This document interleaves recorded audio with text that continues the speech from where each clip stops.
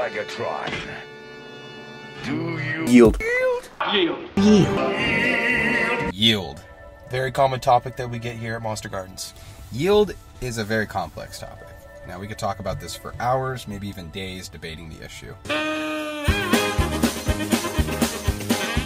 What the goal is today is to show some of those factors, really the largest factors to some of the smallest factors, to maybe show the person that's watching this video some opportunities they haven't noticed yet. Yeah. What exactly goes into producing a good yield? What is yield? What do we consider to be yield? A lot of people like to talk about, I pulled X amount per light. Or if you're in Europe, I pulled X amount in my size space. Right. So, I mean, yield is generally what's going down the supply chain to the end user. Product that's gone through the maturation process and is ready for market, that is your yield. And unfortunately, it's not typically volume or density, but it's weight. And so in our industry, in most situations, it's either fruits or flowers. If it's flowers, a lot of times the growers that are growing these flowers, essential oil actually makes up quite a bit of that weight in that total flower production process. So, Ryan, I mean, what would you consider to be the factors that affect yield the most? First, genetics. Definitely genetics. Your genetic potential is going to be your ceiling of your yield potential. And I want growers to know that it's not only picking genetics that have the ability to contribute to a large flower size or density to get that yield, but it's also maybe the genetic recipe or the genetic type that you're choosing for your particular application, whether indoor or outdoor. Because if it's outdoor, you might be choosing your genetics based upon combating, if you're in a foggy or moisture-based area or humid area, maybe something that will combat mold or botrytis or powder mold. And so your yield will be affected basically for not having to lose production to those specific problems. It could also be finding a plant type that's going to do well in your given style of gardening, whether it's sea of green or whether it's growing large plants with a large root zone. And so the genetic pairing to your particular style and way of producing is going to really be particular on your system and whether you're growing indoors or outdoors. But let's just say that there are genetics out there that will yield twice as much as other genetics. And so it's very important for the grower to know that when you're focusing on yield and you're looking at your grow system cycle to cycle, maybe you're bettering your system and you're switching out your genetics on a frequent basis, you're trying new types, you can never quantify your recipe of how your environmental effect is, how your management of the garden affect, and how your nutrient management or your system management affects when you're consistently changing the varieties. So bettering your yield starts, one, picking the right variety that's going to get you the yield potential that you have available to you, and then working on fine-tuning your system and your recipe, your machine, to get the most out of those genetics. Not many people really want to admit the fact that they went to the store or from a friend and got a really bad set of genetics. I mean, it's always really tough for them to swallow. When you rule out all their factors and you're not pulling the weight that you desire, I mean, even within the same variety, you might have a phenotype that was just inferior. Yeah, you might be, if your buddy, popped a bunch of seeds, you're not going to get the exact same combination of plants that went into that. So whether it's a particular type, a particular variety, when you run seed stock, though, some seed breeders like to say that they have the most consistent level of genetic output. You're always going to have a variance difference from the different set of seeds in the same seed pack. And so that's definitely important to know. Cutting off that plant, though, if your buddy is quote unquote, and I hate this term, quote unquote, killing it with his set of genetics, and you get a cutting from him, and you're going and growing that same genetic, and you are not getting that same result, we'll look at things that are consistent between the two gardens. Does your friend have a more sealed or more a controlled condition? Does your friend use the exact same recipe that you do in regards to medium and nutrient feeding?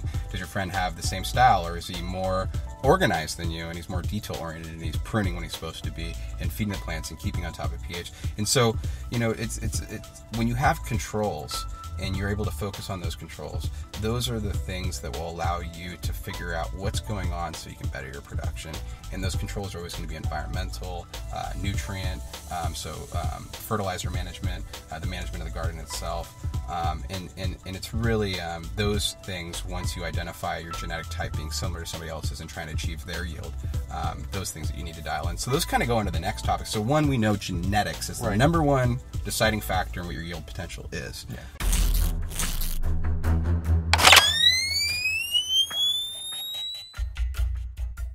The next one is the conditions. So the conditions I would consider to be the second. I don't know if you'd agree with that. I agree with that, definitely.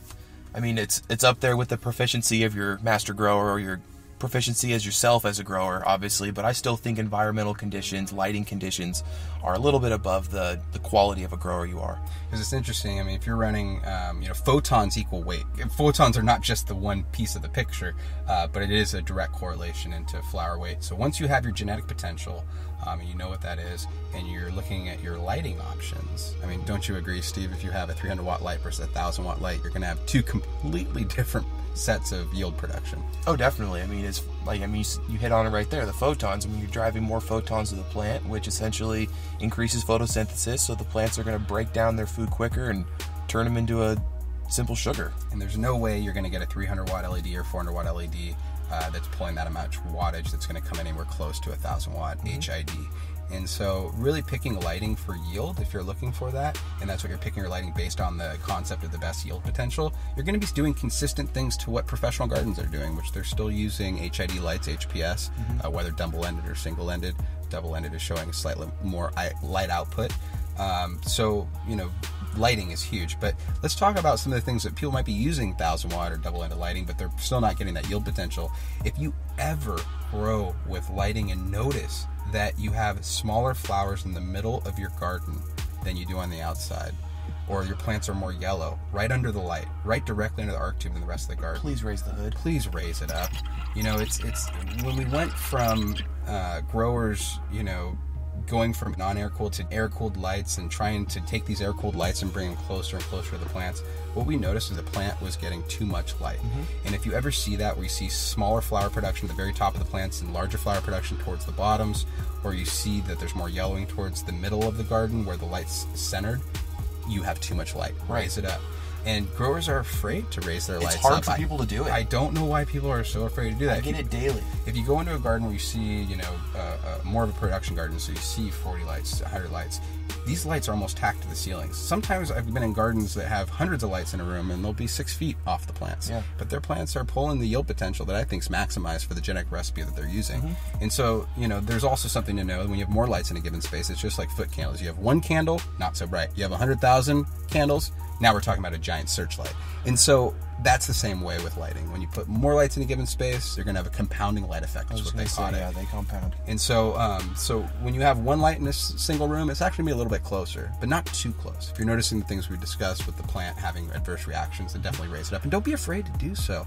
The Dutch-style gardening you always hear of, the lights are much higher. Right. And the plants kind of grow to it. They grow to the light. And so also knowing that photons during the vegetative stage versus the flowering stage are not weighted the same. Where in the flowering stage they are doing more for the flower production than earlier on, where it's doing more to basically grow the plant to a particular size before it goes to the flower potential side.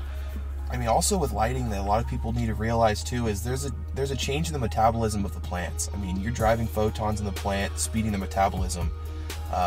When they get down to the ripening stage, compared to when they're really booming in their, say, weeks 2 through 5 stage, they're going to begin to ripen. The metabolism begins to slow down. And oftentimes people will raise their hoods or even dim their lights. The idea behind that is you're slowing the metabolism. You're starting to feed fertilizers that are going to tell the plant you're going to be dying soon, so it's going to begin to ripen. That's when you're going to see the color change. That's when you're going to see the resin glands begin to swell more. You're going to see a lot of different things going on with the flowers. They'll begin to become a little denser because things are swelling up tighter. So a lot of times people are just trying to drive that light, overclock to the super lumen setting, and they'll often get those things called foxtails. And it can happen often from, a hormone fertilizer that you're using, but it's also coupled with a light intensity. So I often get this where people say the plants, like you said, on the edges are a little more resinous. Often larger flowers.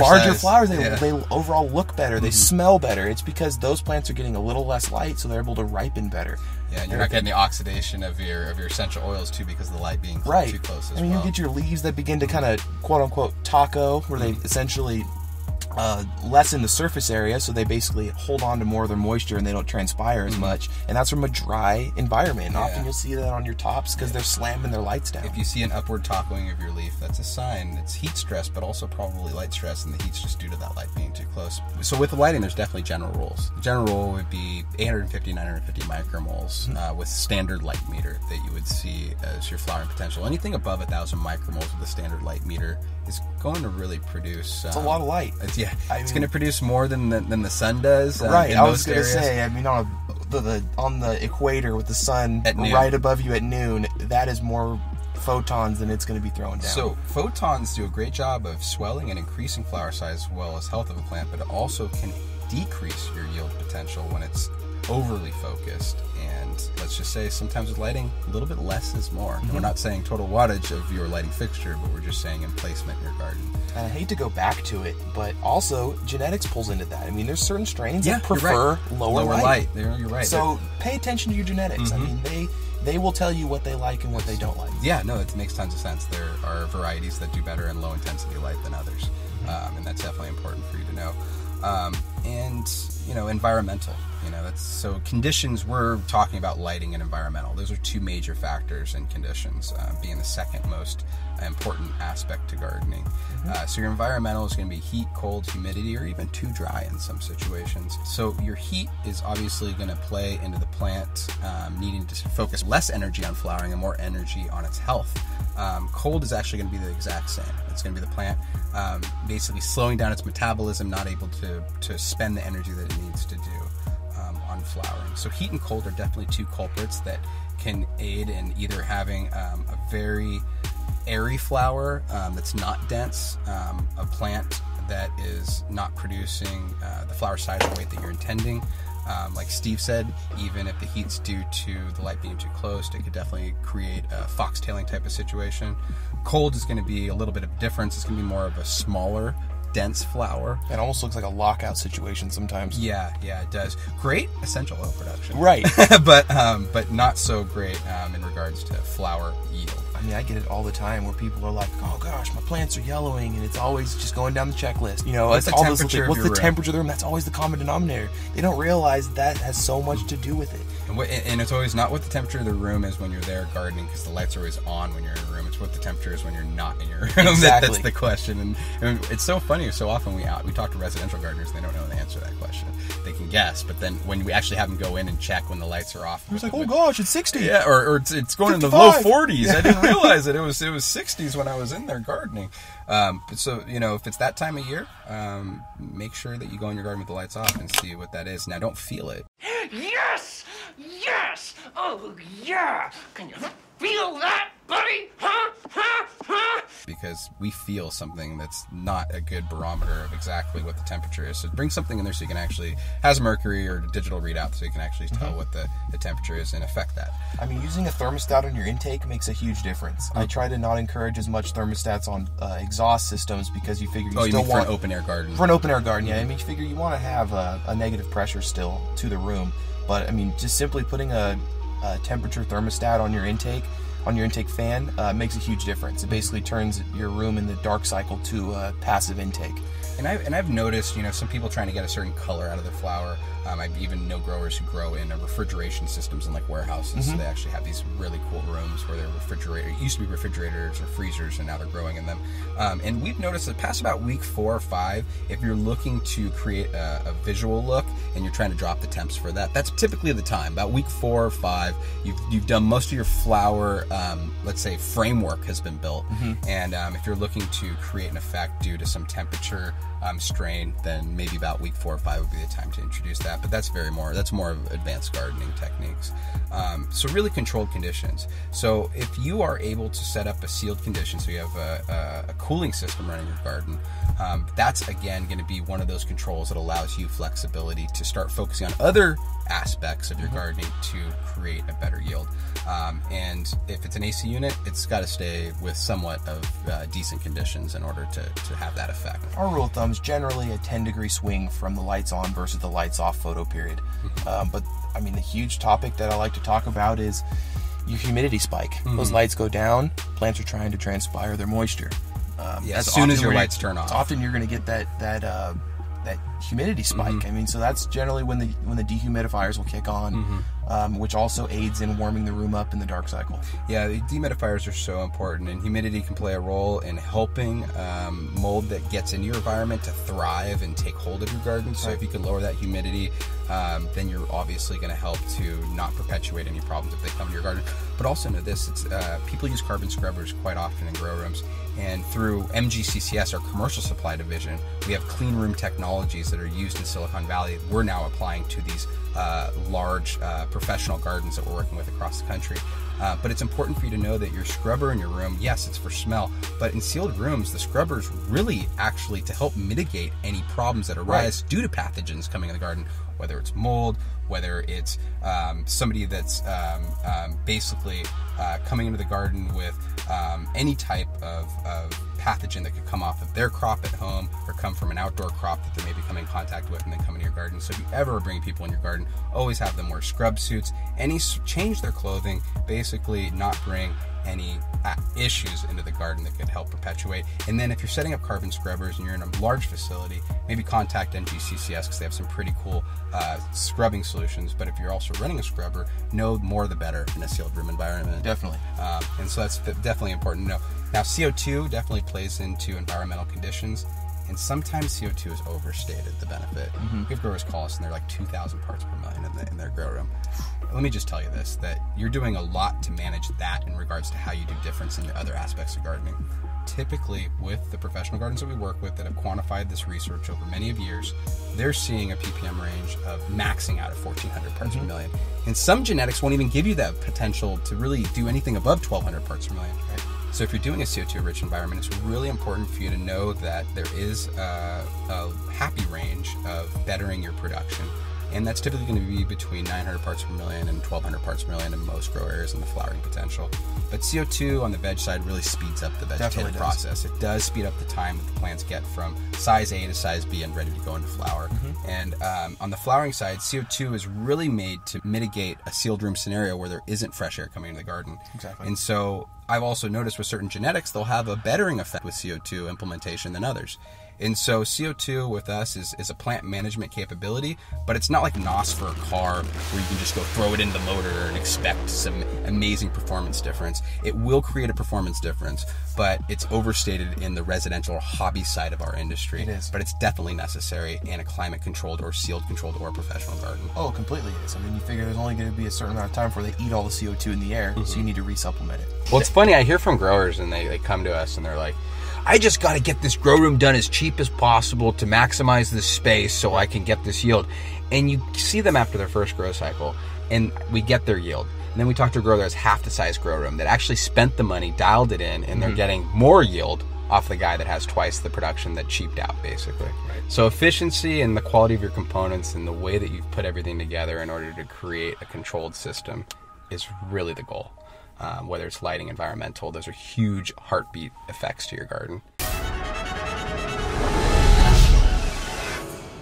But let's talk about the next one. So we said genetics were the most important factors to yield, conditions being lighting and environmental next.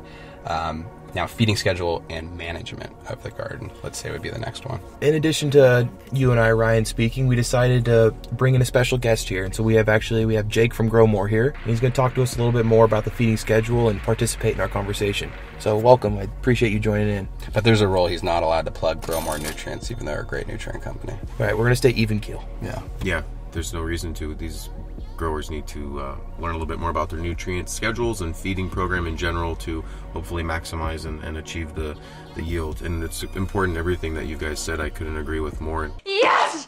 Yes! Yes! Big yields don't come in bottles. Yeah, right. Yeah. You know, environment is king, and the nutrients only as good as the environment that it's in.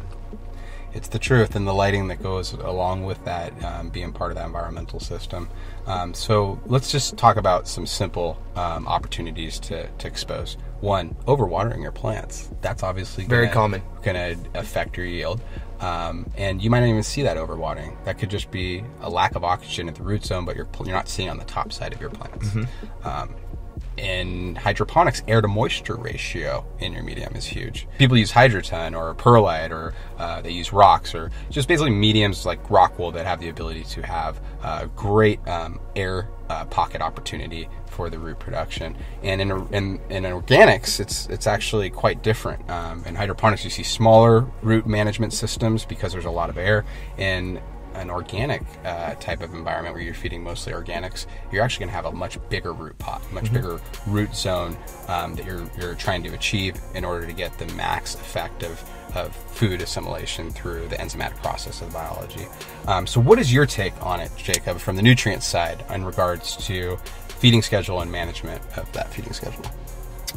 Ultimately, having a balanced feed program, any nutrient manufacturer that's out there, you look at any feeding schedule, you typically have a few base nutrients, and then again, you're going to have these special additives. Obviously, you're just talking about the environment. Depending on what kind of media you're growing in is really going to dictate what kind of additives you can use, whether they're organic or not. You talked a little bit about the oxygen ratios in water and in solution. So for guys that are in deep water culture, there's a direct positive correlation with available oxygen and temperature of your water. So getting back to it, I've seen guys that have a nutrient program that's really dialed in, very minimal for a deep water culture, not getting the results they want because their water's just too warm and they don't have enough oxygen in their system. So again, getting back more to the nutrient side, they're all the things that you just talked about are really important to take into consideration. But more experienced growers who are having the best success are using the KISS method, keep it simple, stupid. Yeah. So I strongly believe in that KISS method if you're doing organic gardening, because if you have a larger root zone and you don't need to water 6 times a day, why the hell are you automating a garden that's only watered every other day? Right. And so I keep it simple, stupid, especially in the organic world, is more typical than maybe in a world where you're managing a large DWC or a large aeroponic or even drip system, where you basically need to be dialing your watering process. And making sure that you're not overwatering if you're using a medium that has a lot of water retention. Well, it makes a lot of sense why you often see pictures of organic gardeners, or you often troubleshoot with organic gardeners. They're always using larger containers, and the reason is, you figure you need a larger root mass. The roots have to chase that food. The medium is breaking down that food and often feeding the plant. Compared to, say, a hydroponic system, like you said, it's a smaller container, a higher air to moisture ratio. There's just more space for the roots to grow in a smaller container, which is why you often see a huge plant in a Rockwool cube or a huge plant in a small cocoa-based medium. But there lies the pH issue. I mean, organics, generally, pH isn't as much of a topic. It drifts slightly because the microbes in the soil are going to consume that organic matter, and basically the microbes are doing the work. They're doing the work for you, and they're going to balance the pH for you, and they're going to find their happy medium to take in the food. Whereas in a more sterile environment, say a DWC or any kind of a synthetic medium, for example, pH is very crucial, because then you're going to want to be actively changing it, so that way certain elements are going to be more available at certain periods of the growth cycle. But would you agree, Jacob, that pH still shouldn't be static? That it should fluctuate through the veg to flower cycle and throughout a little bit? So the fluctuations that will occur in your fertilizer regimen, it's a benefit, as you said. But I also think that people sometimes get a little freaked out when they are using a certain regimen, and in week 1 and 2 it's a certain pH, then they do their mix, and this nutrient manufacturer, whatever line they're using, they incorporate a new additive and it ends up changing their pH overall, and something possibly causes it to drift or whatnot. So there's a few things that will change it internally with the fertilizer, but again, I think the roots respond well to different foods, different pHs. The availability of nutrients really is dictated by your pH. So if you're on the higher end and you're at 6.5, maybe iron's more available in that pH than it would be at a 5.8. So I think that over the course of the plant's life in the root zone, when the pH does fluctuate, the uptake of the various nutrients is going to be maximized. But still within a recommended window based upon the variety and based upon the system. Right? And the medium, exactly. So that's definitely an important one. Now, DWC aeroponics, people with recirculating systems, the drip system, possibly ebb and flow system, they're always recommended to do a weekly flush of their nutrients and restart over their nutrient. But when they're going through that week, topping off with water versus topping off with a rebalancing of the nutrient, what do you recommend, Jacob, in that situation? Well, I've seen two ways that growers are successful doing it two different ways. One is that when they top off with just fresh water, they initially go into their week. Growers that are familiar with those systems because they're highly skilled to be getting involved in a system that requires so much maintenance and oversight, that they'll push their plants as hard as they can go that week with their ppms, and then when they top off with regular water, of course it's getting diluted at that point, but the plants for the most part have already taken up a majority of those nutrients that they put in without burning them. And of course only the grower knows their specific genetic and what the plant is capable of either way. The other side of it is they make a more diluted mix that they start with that week, and then they just aerate a separate 55-gallon drum of that week's feed that they just incorporate directly in. Now, I'm not a big fan of letting nutrient solutions sit around without proper oxygen, so if you are on top of it and you have enough dissolved oxygen within solution and it's recirculating in a separate drum, let's say, they'll just then incorporate that into their main res when the time is right. They probably need an automatic pH controller on that reservoir, unless they're going in manually and adjusting it. Right. Yeah. At least checking it before you top off your system. Mm-hmm. And if it's automatically topping off, maybe have something that's managing like the pH one, which is a very simple system that we have to do that. That's just a couple $100. Now, we have some of our commercial gardeners and MGCCS that we work with where we've actually set up a dosing feeder that would directly spin a ratio of nutrients in with the water line and directly feed that in the reservoir as their management opportunity. But in order to do that in a balanced effect, you need a pretty large control system that's very delicate and has all of the different meters and the technical capability in order to fluctuate based upon EC and based upon your pH. So there are dosing opportunities there, but you usually see those on much larger rooms, much larger systems. Mm-hmm. But it gets back to you saying about spending and not cheaping out on your grow, and depending why someone's so successful and they're not, these are some of the things that you have to think about and incorporate into your initial build when you're doing that. Yeah, and again, in an organic garden, you would never see that. Or you could, but it wouldn't necessarily have that need. Where organics, we're focusing on a large root zone, so in flowering 10, 15, 20 gallon pot. And it's because we want a lot of root zone, a lot of root surface, a lot of opportunity for that biology to help that root zone catalyze and get access to the nutrients enzymatically. So different styles of systems. With an organic system, obviously you're going to see a hand water system more often than not. Even in a hydrosynthetic organic system where they're using kind of a large soil pot or a cocoa pot, and they're feeding like an organic synthetic regimen as well. So for feeding, that's feeding schedule and nutrient management. What about other effects for management of the garden? They're going to have a major direct effect to yield: pruning and trellising. Plant training, huge difference. Right? Yeah. Plant training. Well said. Yeah, plant training, exactly. What are your thoughts on that, Jacob?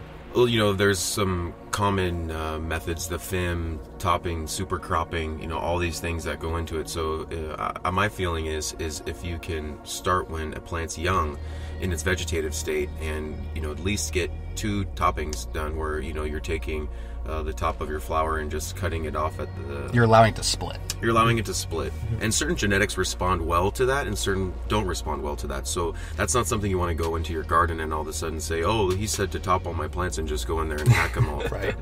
So definitely take one as a trial and error, see how it responds. There's certain genetics where they found that the yield at the end of its topping was larger than plants that were not topped. Mm-hmm. And then vice versa, there's also instances with certain genetics where you top a plant and the yield that you get from having that branching effect will actually be equal to what you would have had if you just had let the plant grow as it would. So typically maybe it's the difference of plants that grow in a more bushy fashion than more of a vertical fashion. And I love that you said that not every plant has that benefit, because I've definitely seen that myself in my experience doing a lot of hobby gardening, that different varieties would have a different effect, whether it was topped X amount of times or not. But in the end, all it is balancing the surface area of your flower production to have the maximum efficiency with your lighting canopy. And so there is definitely an art to it, and the guys that master that art can pull the most out of their genetic capabilities once they have the other factors that we just talked about in check. So pruning, people talk about I'm only going to allow 3 or 4 branches on my plant. And, let's just admit that the blanket responses of what the goals are for pruning and trellising, it's not the same. Cutter. Yeah, it's not the same for every plant variety. But there is also a goal of allowing the plant to concentrate its energy through the pruning and de-leafing process on the top side of the plants and allowing the maximum airflow to get underneath the plant to create a balanced environmental effect, but also, again, allowing the energy to be spent where the maximum light potential is and not having the energy spent where there's very little light potential and you're basically producing small flowers that aren't going to be so commercial quality. Right. I mean, like we talked at the very beginning of the video, I mean, what is yield? It's the stuff that's going to be ending up at the market. I mean, that's what's going on in the marketplace. Oftentimes, the stuff that you're going to be pruning out of there is not going to end up on the marketplace. It's just going to end up in your bag of trimmings. So, if you can do early pruning, it's going to directly correlate to a good end result. I also think too that the de-leafing process is sometimes overused too early on, and Right. you have to remember that the process of photosynthesis, when the plant's converting all the light energy, you spend the gardeners that are listening spend so much money, so much time, so much design on their lighting and making sure that their environment, like you talked about, was dialed in well. Well, you can have all that figured out, but if your plant doesn't have any solar panels to take in that light, then what are you going to do? It's funny, we were about to say the same thing, and you started to say it first. You're right. I've even seen a lot of commercial gardens where people will prune everything on the bottom of the plant, flower site-wise, but they'll still leave, as long as it's not obstructing airflow, they'll still leave a lot of those fan leaves towards the base of the plant where there's not a lot of light potential, as long as it's not affecting the environment, creating a humidity pocket or doing something other. I'll often just tell people just try to tuck the leaves, not necessarily just break them off or cut them. I mean, even if you tuck them a little bit and open up a flower site, that's much better than absolutely removing it. What about picking leaves right before you harvest? That is also another one that we've seen gardens do it, not do it, and I myself don't see a huge major benefit to picking all the fan leaves off before you harvest. The main benefit I see is just cutting down on your trimming time. Yeah. What would you say, Jacob? With your knowledge with the people you've worked with, have you seen there being a major benefit to certain genetics doing that or not doing that? Yeah, and again, it's more genetic specific. Recently, there's one genetic for a grower I know that actually removes every fan leaf 1 week prior to harvest. He leaves not one on there. Now, it seems to work pretty well as far as the essential oil of what he's going for, because at that point, the flower set's already been done, and you're just trying to really work on driving up essential oil production and overall hardness. So maybe try it with one plant or one tray and see how that affects it and go from there. Yeah, I agree. And you might not even see it in these large, massive gardens just because, there's, without affecting your essential oil by rubbing up against the plants, you're probably not getting every fan leaf until you're ready to harvest anyways. Now, keeping the plant in the dark on the transition phase of flower or keeping the plant in the dark on the very end of the flower cycle, that's another kind of myth that was been brought up on the management side that either kicks the plants into gear in the beginning of flower cycle or allows essential oil production at the very end. And I've tried it with varieties, I've tried it with nutrients that recommended to do it, and I never saw a massive difference to my yield potential by doing one or the other. Have you guys noticed that at all with what you've experimented with? Not as much. I mean, I have done a fair share of experimenting myself, and I honestly feel like it boils down to our number one thing. It's the genetics. Say it's like some inferior genetics that aren't as stable as they could be. That stress might just send them down a route that they don't want to be. But you're right. If it's a 12 to 14 week flowering period, you might speed up that process a little bit by Maybe kicking slightly. it in the very end and using a PK booster in the very beginning of your flower cycle as well. Though, what would you say, Jacob? I think the common misconception, as you said, that there's a 36-hour dark induction period that is a transition to flower. The science behind and the theory always was that there are certain hormones that the plant can only produce in the dark cycle, and those hormones are more specifically related to flowering.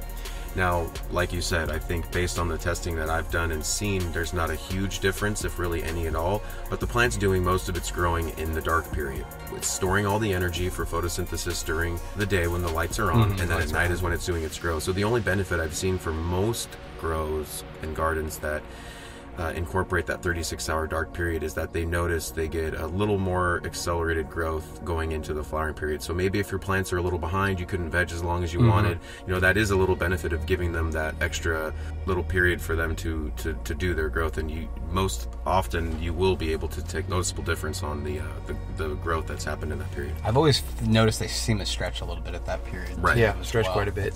At the other end of it, though, I go back and forth with the final stage dark period. I mean, that's a last-minute stressor that you're putting on the plant, which generally Stress is equates good. to essential In oil certain production. areas, So, I mean, I can see the end more so than the beginning of flowering. But, I mean, I'm still in the experiment stage whether that actually works or not. I know this, if you are to do that and you are not in maybe the best condition or the best well set up garden, if you're going to turn your lights off for multiple days at the end of your flower cycle, make sure you have dehumidifiers that are kicking Right. because your potential for botrytis, or if you have any little powder mold in there, is just going to just skyrocket. So make sure you're looking at your system altogether and see if it can handle that. But again, test before you go full bore.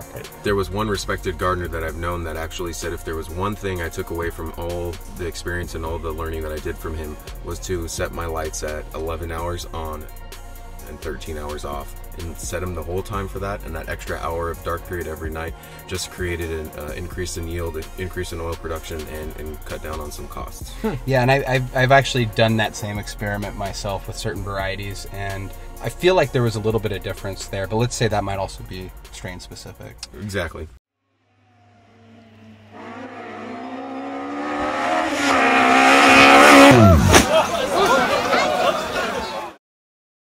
So our next topic is nutrients. Now we could talk about this single item for hours. We could debate about it for days.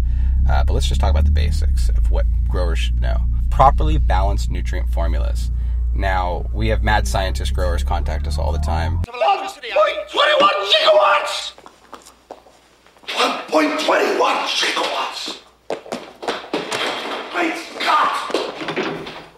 Can you tell? You just told me a story this morning, Steve. I think people really need to hear this one. And this is a mad scientist grower, but it's a much larger size than a standard grower. There's a lot out there, but this one I think takes the cake, at least the most recent in my mind, which Jake, you'll actually like this because there's a couple of the components you're familiar with. So, in the ripening stage, talking about, hey, what do you like to use in the last final weeks before you flush? And there was Botanicare's Hydroplex, that's their PK booster. There was Rock Resonator, which is also a PK booster. There was Hula Bloom, which is a 05030 PK booster. There was Mendocino Avalanche, which is a tricantanol-based hardener. What else? Oh, there was the Mendocino Honey to get a little carbohydrate in there. Oh, you need the carbohydrates when you have all the other stuff. Right. And then on top of that was using the Clear-X to flush. You need the Clear-X, I guess, with all the other stuff in there. I mean, what are you expecting the plant to do? My question is, Keel over? My question is, Steve, do you think this guy actually had a feed chart available to him? I do. I've printed out multiple, but the thing is he followed that statement up with, I'm killing it. Oh, yeah, no, and I love that. It's typically the grower says I'm killing. It's the guy that's using the imbalanced formula. The way macronutrients work is, excesses of one depress another. So when you have excess phosphorus, for example, which this guy, based on what you told me, has plenty of P in his mix, depresses calcium, magnesium, iron, and zinc. So you're actually going to be probably losing out somewhere else, and you've got to make up for it. And I guarantee you that he's not doubling down on his CalMag when he's using that recipe like he probably should be, because that's just being depressed, and it's already an immobile element. It's almost like they can do such a disservice of taking multiple lines and multiple sexy named liquids and feeding them together to create their own feeding program, that they might think that they're doing a great job. And maybe they are. Maybe they're adding so many components, they're rebalancing a negative effect they already created by adding components they shouldn't be. But the nutrient companies are pretty well knowledgeable of the fertilizer availability, the PGR availability out there. Right. And is there any magic bullet in regards to nutrients that you've come across? I mean, I personally haven't. I could pick at all the 27 nutrient lines we carry and tell you there's some unique elements here, there's some unique elements there, but I would never tell somebody to marry all that together and create their own formula. Everyone tries to. They try to. You figure the companies have it figured out. They've done a lot of their lab testing. And even the companies that aren't large enough to manufacture their own nutrients, they're probably private labeling some nutrients who has a chemist on staff. But maybe this guy made it in a secret warehouse with the secret formula, with the secret set of ingredients. It's moving. It's alive. Oh, it's alive. It's alive. It's alive. It's alive. So it's like that Goldilocks mentality. It could be too hot, could be too cold, or it could be just right. And the nutrient companies have found that balance. Right. Yes, you might be able to add little things here or there. Maybe you can add some seaweed to a fully synthetic line to add a benefit if the system will allow it. Or fulvic acid. So, But, there's but a lot of very different things. minuscule adjustments to existing feeding programs to get the max result. There's other parameters you should be looking at in play if the current nutrient chart that you're looking at is not giving you that yield potential. Do you agree? Totally agree, and I think the Goldilocks reference is good in the sense of us as a manufacturer formulating and working in the lab with my chemist. Again, it's just too much of this specific amino acid, too little of it, you're not going to get an effect. Too much has a negative effect. It's got to be just right. So we work constantly and tirelessly to do bench tests, jar tests, making sure things are soluble in solution, and then before a product even comes to market, it's had extensive testing in growers' hands. And there's 2 products specifically that we tested, and we just found that it really didn't make a difference in the overall benefit of it. Didn't work, so of course it didn't ever come to market. But this is the stuff that goes into it. I don't think that as a manufacturer they're just setting out a new product saying, oh, just buy this and add it to your recipe for any reason. I mean, there are some nutrient manufacturers that do that, and you have 15 bottles, and coincidentally they're not really that great, and your store doesn't even carry them. So Yeah, we've had the opportunity to do some of the proving or the vetting for our customers, and that's why Monster doesn't carry every nutrient line out there. Mine's the most concentrated. Well, actually, it's not when you break it down. Oh, mine is the cheapest. Well, it's actually not when you break it down, and you're also missing these things. And so for us, we've obviously picked the best of the best, and that's why we're really not carrying all the new lines that are coming out, because a lot of them, what they're really doing is creating the exact same thing. They're just putting multiple ingredients that would typically be in different bottles all together, and they're putting them in one, but the concentration level I've seen in that regard hasn't been any difference than having them in separated bottles anyways. And that's also why it's important for growers to know that you can't just make your magic nutrient formula based upon your best picks out of different nutrient lines, because again, they're balanced in tandem with each other, but not balanced when you take them out and start trying to marry different lines together. And it's so funny because we talked to a lot of new growers, and most of them haven't spent much time dialing in their system off of just a nutrient program before they immediately start changing the nutrient program, and not the room, not the genetics they're working with, not their management style, not the environmental controls, and it's because of the cheapest thing to affect right out of the fly is the nutrients. Oh, I mean, I can tell buy you different bottles, and I can see if I get that effect. I mean, I can tell you just a gentleman that walks to the front of the store. I mean, he has changed nutrients 10 times this year. I know who you're talking about. 10 times. And every time he comes in on a new crop, There's always an issue. It's a new set of genetics, and the statement is, my plants And are it's an too- open air system. So it's like it could be the time of the year. And this is the funny one. This guy's #1 on the forums. He reads everything on the forums, Right. and he tries to take the ideas from the forums and marry them into his system, and it never works. So if you're looking for recommendations on the forums, there's probably more disservice of information than positive information. Again, if you haven't dialed in your room yet, or you haven't dialed in all the aspects we brought up before the nutrients on this video that you're watching, maybe look at using the same nutrient program recommendation that your company that you work with is from A to Z of their production, and trying to dial in the other effects before you start changing the fertilizer management schedule. when you think about the parts per million of your overall feed throughout your plant's life, whether you're using brand X, brand Y, or brand Z, at the end of the day, that 1,000 parts per million that's in your reservoir, there's a certain amount of micronutrients that are making that up. So your calcium may be 162 parts per million in that mix, your magnesium may be 70, your phosphorus may be 280, your nitrogen may be 130. Well, at the end of the day, the way that the plant takes these elements up is very similar. There are different sources and their availabilities, of course, but again, trying to become the mad scientist, the fertilizer manufacturers, because we're dealing with hydroponics and using food grade fertilizer that is going to be taken up the best by your plants, its availability is key. And I think the one good thing about hydroponic fertilizer in general is most of it's made without very many fillers, because they can't clog drip lines or emitters or anything of that nature. So typically most manufacturers are using high quality raw materials in the get-go because they are, the most soluble and most available. And it's funny when we're looking at people that are taking water-soluble fertilizers and marrying them with liquid fertilizers from the same company. I'm not talking about your company, but what's funny is when guys take the Mendo bags and they literally are trying to take a 20-20-20 and put it on top of your existing nutrient regimen. I mean, we find guys trying to do these things because they think, again, I'm in the wheelhouse of, no, I'm going to see what my plants can do. But if you're trying to play with different parameters, less is more. Finish your cycle, and this is so hard for growers to do, is 8 weeks. I got to wait 8 weeks to see the result. So they don't want to change one parameter. They want to change 2 or 3 or 4. you will never be able to quantify what's happening if you don't change one parameter at a time. And I'm sorry, Mr. Grower, you might only see 3 or 4 changes in a given year, but those 3 or 4 changes are actually things you can hang your hat on. Am I really going to do this? Am I going to continue to do this? So that's my best recommendation. If somebody's looking at playing with their nutrient regimen and going outside of the manufacturer's recommendations, is changing one parameter per cycle, though it's very hard and impossible for people that are staring at their plants for 8 weeks to do. It's really the only way to quantify things on the nutrient side. And then, of course, having the controlled conditions we talked about before in the video, because if you don't have a controlled environment, a controlled management system, if you're not pruning and doing other trellising effects to your plant and keeping consistent genetics, you'll never be able to quantify what your nutrients are doing for your garden in regards to yield.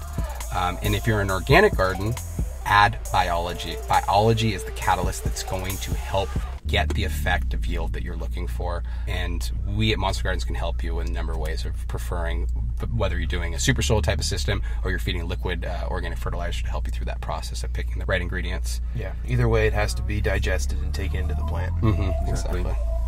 And what about organics and synthetics together, Jacob? There's obviously a different assimilation process happening. What's your real quick idea of that world? I think in a certain environment, like an open air system, definitely when you are, let's say, an outdoor gardener or someone even inside's using a super soil, for example, giving the plant what it wants when it wants, because it has a shorter life cycle than an annual almond tree, right? So I think that if you can marry certain synthetics to your organic recipe is great. And again, incorporating more organic liquids. If you're an organic gardener and you just want to make a super soil and you don't really want to fertilize with anything, I think it's very important. You brought up fulvic acid. Humic acid is an organic registered input. Seaweed's a common liquid registered organic input. Incorporating some of these extra organic liquids will really see a benefit in your garden overall, and it kicks that biostimulant effect. And again, I think giving a little bit very frequently is more effective than trying to give one big dose intermittently. Perfect. I completely agree with that. Yeah, well said. And one thing that we didn't talk about in regards to this point is foliar. Foliar management, feeding your plants foliar. Now, not every garden is going to get the max effect of this, but we do have a product called the Micro Fog Atomizer. We have a video on it. Please check out the video. And growers are finally getting the foliar benefit they're thinking they're getting because the spray itself is below a half a micron. Right. And so you're actually getting nutrient into the plant in a way the growers have thought they've been doing the entire time. So definitely take a look at that video. We have some foliar recipe videos that we've done, and that will help you in regards to finding the best fit in regards to foliar applications. In addition to that, really fast, I wanted to mention, a lot of times people are worried about using atomizers when they're spraying biological products.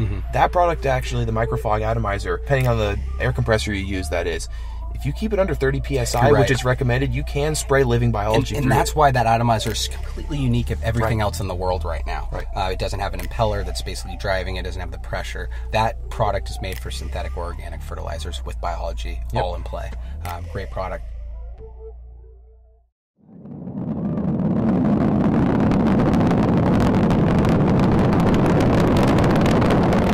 Let's talk about the last topic out of our 5 pieces of criteria that make yield: preventative maintenance, because preventative maintenance is huge. Oh, totally. That could even be up there, maybe next to some of the others. Pest, mold, things that can be detriments. You don't even see to the end, like botrytis, Worst case scenario, my loveliest flowers, I open them up. What happened? Well, it's always so common. People often talk about, I got to the end of the cycle and all of a sudden spider mites broke out. And it's like, well, plants' metabolism slowing down.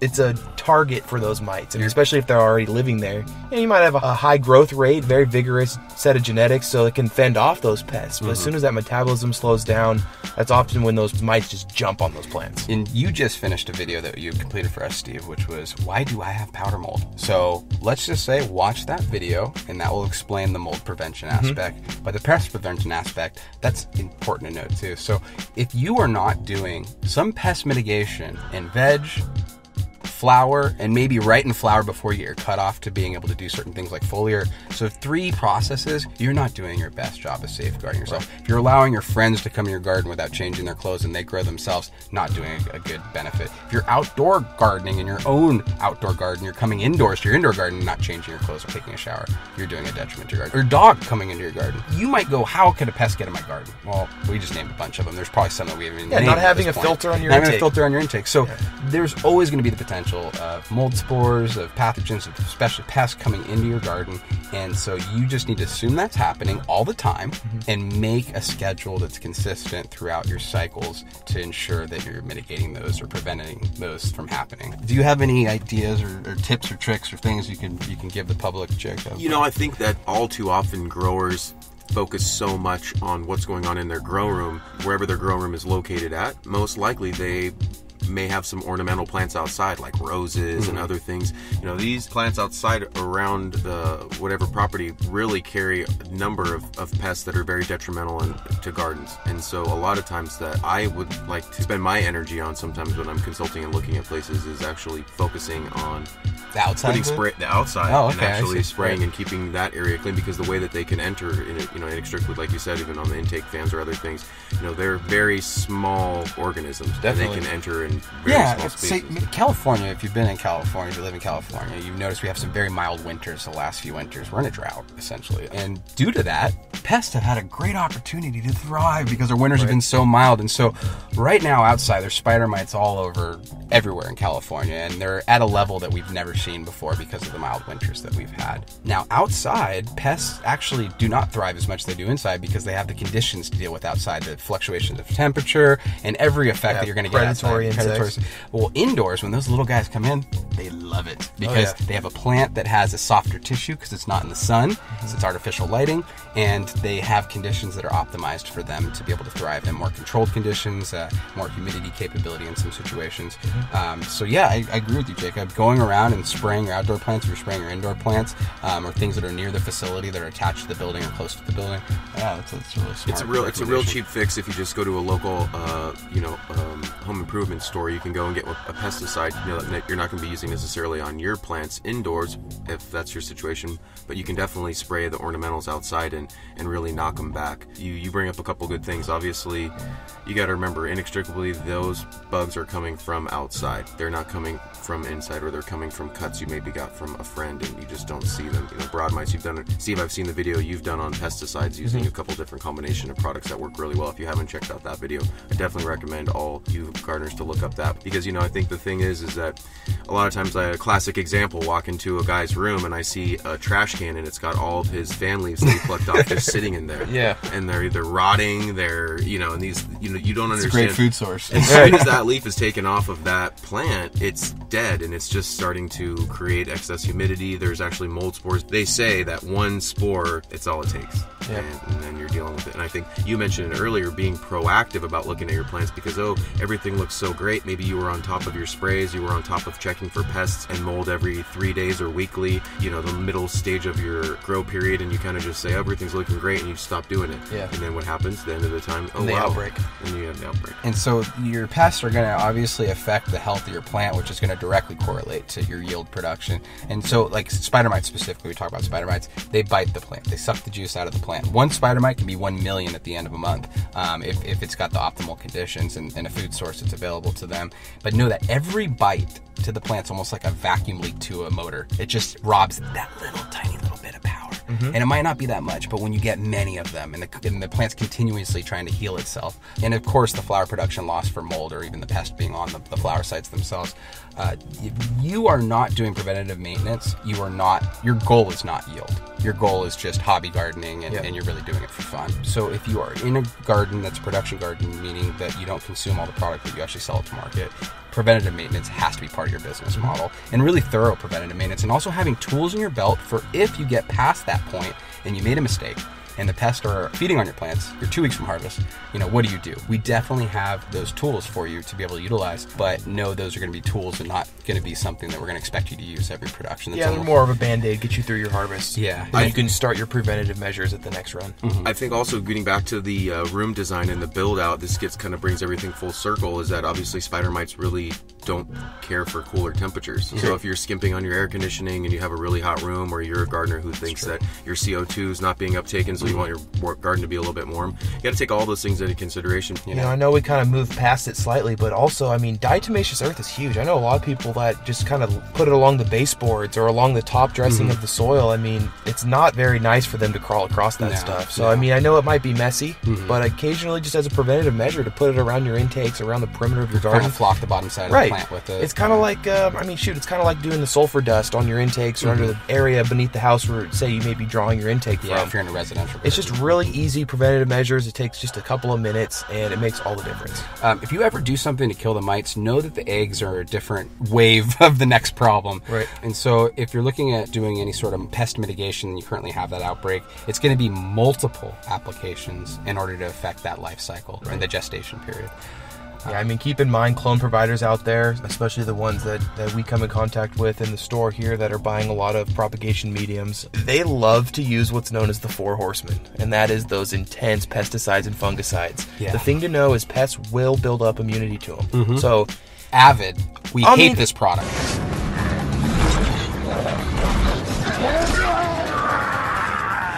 we hear about it every day. I hate Avid. As somebody who's been a store operator and has seen how much Avid has been used, and we've never sold it at Monster Gardens, and I know a lot of stores sell little vials of it. But we get asked all the time. It's one of the most toxic chemicals that indoor growers use, and the problem is that they're spraying it on the plant, and the way that most of the gardeners explain to us that they've sprayed it on the plant is it's allowing the chemical to sometimes exist on the plant after harvest.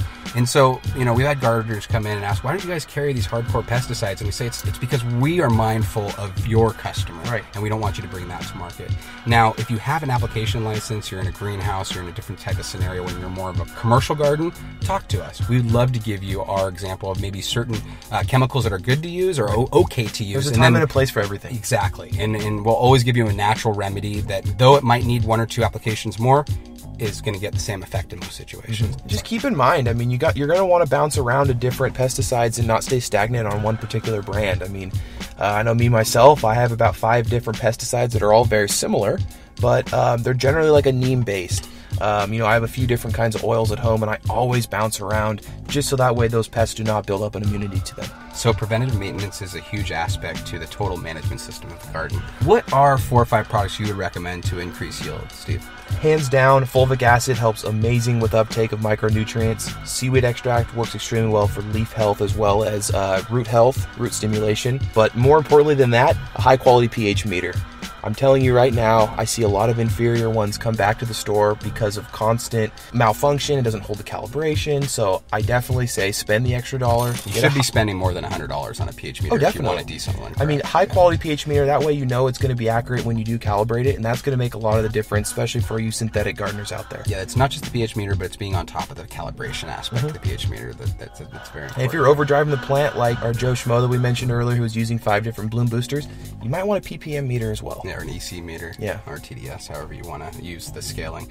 And so those are some great recommendations. High five! What about you, Jacob? Any tips? My one major tip, I think, because people so focus on the life cycle, the fertilizer management, what they're doing within their grow, something at transplant that's really key in my mind is a mycorrhiza based Definitely. supplement. And that's got to be done, make root zone contact, and what's going to happen is the overall uptake when you use things like fulvic acids and seaweeds is going to be that much more effective, and you're going to have a much larger root mass to work with.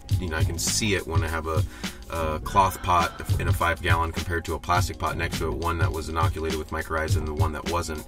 And it's just amazing to see that super highway, that interconnectedness of the root, and within the rhizosphere and underneath the plant is where everything's really happening. So that's one tip I would say that gets overlost, because once you transplant, that has to really make root zone contact, and once it's made root zone contact, it carries it with it throughout the entire plant, and it's with it for its life cycle. So that's definitely a good tip.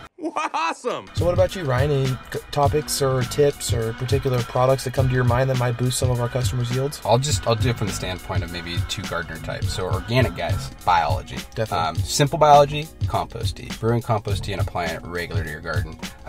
Next is going to be for the organic guys, looking at something that can drive a little bit more food production towards mid-stage to end-stage flowers. So if you're not an organic guy that's using liquid fertilizers, look at some opportunities that we can provide you. Give us a call. We can give you some mid-stage flower, if you're not a liquid fertilizer guy, again, products that you could use. You know, you guys brought up the kelp, having a liquid kelp available, though you do have some kelp in the medium is always good to add, but biological components on the organic level are really going to be help to catalyze that. The fulvic acid is going to be another one for chelation as well. Yep. For the synthetic guy, I really want to focus on controlled conditions, and it's not because the organic guy doesn't need controlled conditions. We come across more synthetic growers that don't have as many controlled conditions as for whatever reason the organic growers do. I don't know why. Maybe it's because they're organic, they're already more mindful and they put more into their production.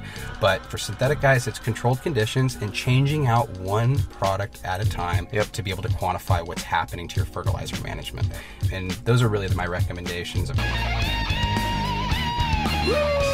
course, there's products we recommend all day long, but at the end of the day, it's all about consistency and controlled conditions from environmental and, of course, having your best lighting opportunities available to you as well. Mm-hmm. Thanks for your time, Jacob, and thanks for Growmore for allowing Jacob to spend some time with us today to discuss these topics. And again, if you have any questions, take a look at our YouTube channel. We have tons of videos that cover every major topic. And of course, take a look at our store, monstergardens.com. We have many product options for you at some of the best pricing online, and brought to you by a great family of people that love what they do and love to continue to help educate the community as we educate ourselves. Thank you. Thanks, guys, for providing the opportunity for me and just doing what you guys do. And take a look at our last video on the chronological placement on our YouTube channel, because it's lighting basics, where we talk about everything in lighting to know. Thanks, guys. Thank you. Thanks, guys.